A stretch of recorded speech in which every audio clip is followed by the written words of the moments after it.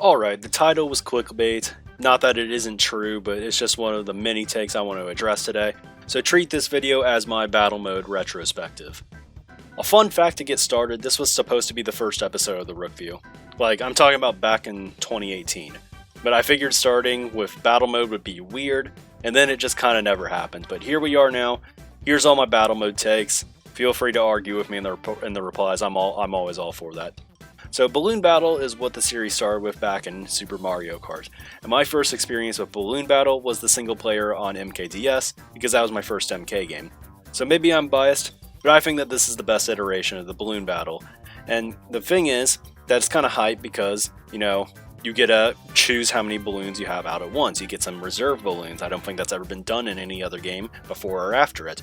In a sense, you kind of have to strategize whether or not you want to have one and play very risky, or have two outs and get slightly worse items, but a safety barrier.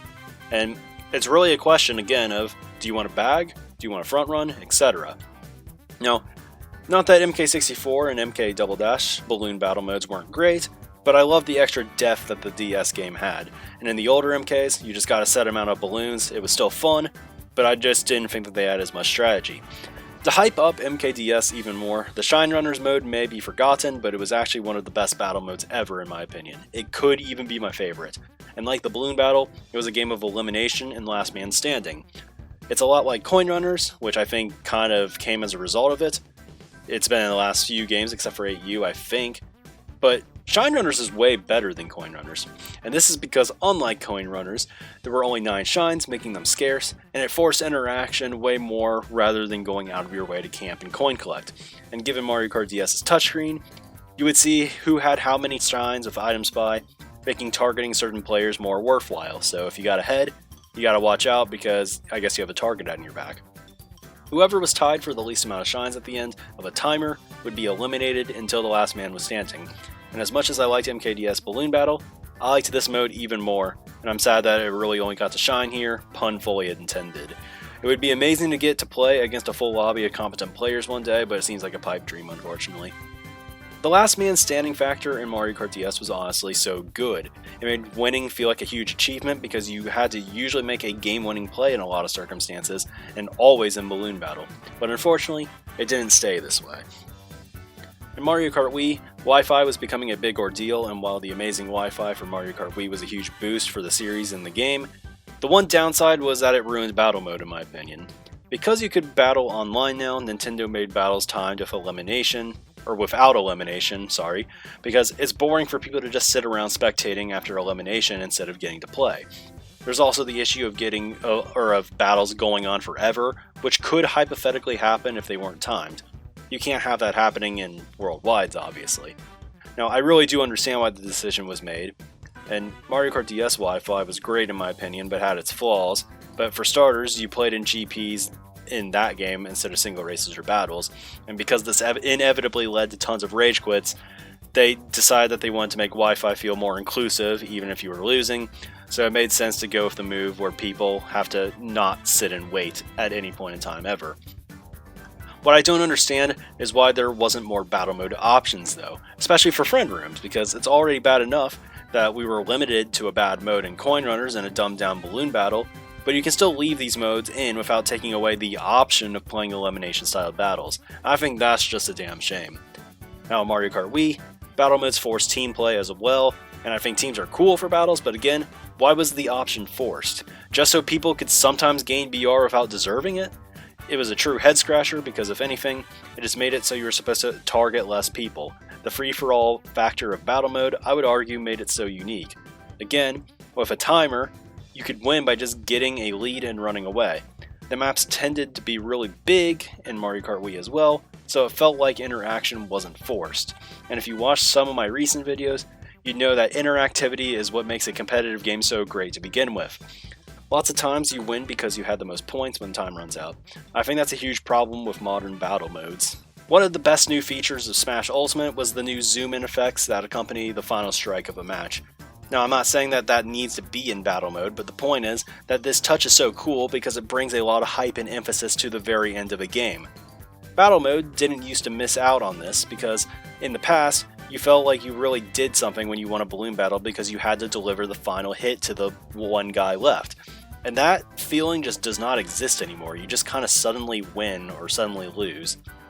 Mario Kart Double Dash was my second game that I had in the series, and like I'd eventually feel about MK64, I liked the battle stages a lot, but I felt like the balloon battle was underwhelming coming off the DS version. Now, Double Dash had other battle modes that made up for it. Shine Thief was interesting, I guess, but I never truly loved it in that game. And Bob-omb Blast, however, that stole the show here. Now, I absolutely love this mode, especially considering you could hold up to 10 bombs at once. It felt like there was a lot of strategy, and like in the old games, you still had to win with a finishing blow. And this is probably my favorite battle mode of all time, though if I got to play Shine Runners with actual people, maybe it would be a competition. And it's just simply because very skill-based, interactivity, and elimination. So let's talk about Deluxe quickly. It was always going to look good coming off of Mario Kart 8 on the Wii U. Now, Mario Kart Wii and Mario Kart 7's battle modes were trash, but at least MK7 got rid of forced teams, and 8U took a step in the wrong direction again by not even bringing battle maps into the game. You would just play balloon battle on tracks and outside of Yoshi Valley, given that everybody's gentlemen to stay in the maze. This was an awful decision. Deluxe almost used battle mode as a selling point. You got new stages again, 5 different modes, and this goes with the whole 2-item system that the game brought together. Oh, and the feather returns from SMK for battles. That's cool, I guess. But unfortunately, the same issue of not having elimination battles, even as an option, stayed. And that's what was disappointing to me. It's not that Deluxe's balloon battle is awful. It's just so boring compared to the other modes, and especially compared to the balloon battle mode in 2005. And again, Coin Runners is just a shell of Shine Runners in my opinion, and that's all it ever was. I guess it's better since you don't lose 10 plus coins for big hits or get blue shelled or even both like in Mario Kart Wii. At least I think so. But it's definitely less interesting than the others.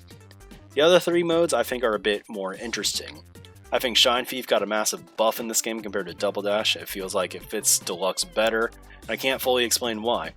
It may just be cool because it's a mode where going after other people isn't the only objective, yet it doesn't encourage camping like Coin Runners does. The mode, well, I guess camping's like the option to win, but you're not actually going to be able to do that because you drive so slow. The mode is also better when you play with people who just don't blindly follow the shine. Finding other ways to approach the holder is good too because you can plan traps and ambushes. And when people do this, they tend to not spam boomerangs and fire at people when they don't even have the shine, effectively helping the holder, something that I think is kind of annoying that happens a lot in Worldwides. And there's a huge adrenaline rush when carrying the shine in a room with 11 people going after you. I think the mode is quite fun, though sometimes bad players seem to randomly win. Renegade Roundup is the new mode and it's pretty fun. It's pretty much just cops and robbers. I should probably talk a lot about it, but I really don't have much to say. I had a lot of fun with it when the game in like private rooms when the game came out though. Admittedly, it feels imbalanced in favor of the Renegades. Like, what are the cops supposed to do about stars or super horns when a Renegade comes to free everybody? It feels like they just don't do anything except cry about their RNG, pretty much. And I feel like they can justify trapping people in a cage for an indefinite amount of time. They can just bring straight up eliminations as well, make them ghosts or something. Like, I don't know, man. Like, if you can justify not doing anything for that long, I feel like you can justify elimination battles, but you know, that's just me rambling at this point. The problem with Shine Thief and Renegade Roundup, in my opinion, is that lag makes them unplayable sometimes online. Missing a hit on the shine respawning in weird spots or being unreactive, or missing the last Renegade because of the lag right before he frees the captured Renegades all game. Like, those are mishaps that you just have to deal with sometimes, and they completely change games. It really sucks, and it can kind of ruin those modes for me online at times. And then there's Bob-omb Blast, which feels like a less boring version of Balloon Battle, and doesn't feel like it's affected by lag as much. Now yeah, you can still miss a hit because of lag, but missing a point generally isn't a huge deal and happens to everyone enough that it doesn't feel unfair when it happens. And yes, it would be better if it was like it was in Double Dash, or at least had the option to be like that.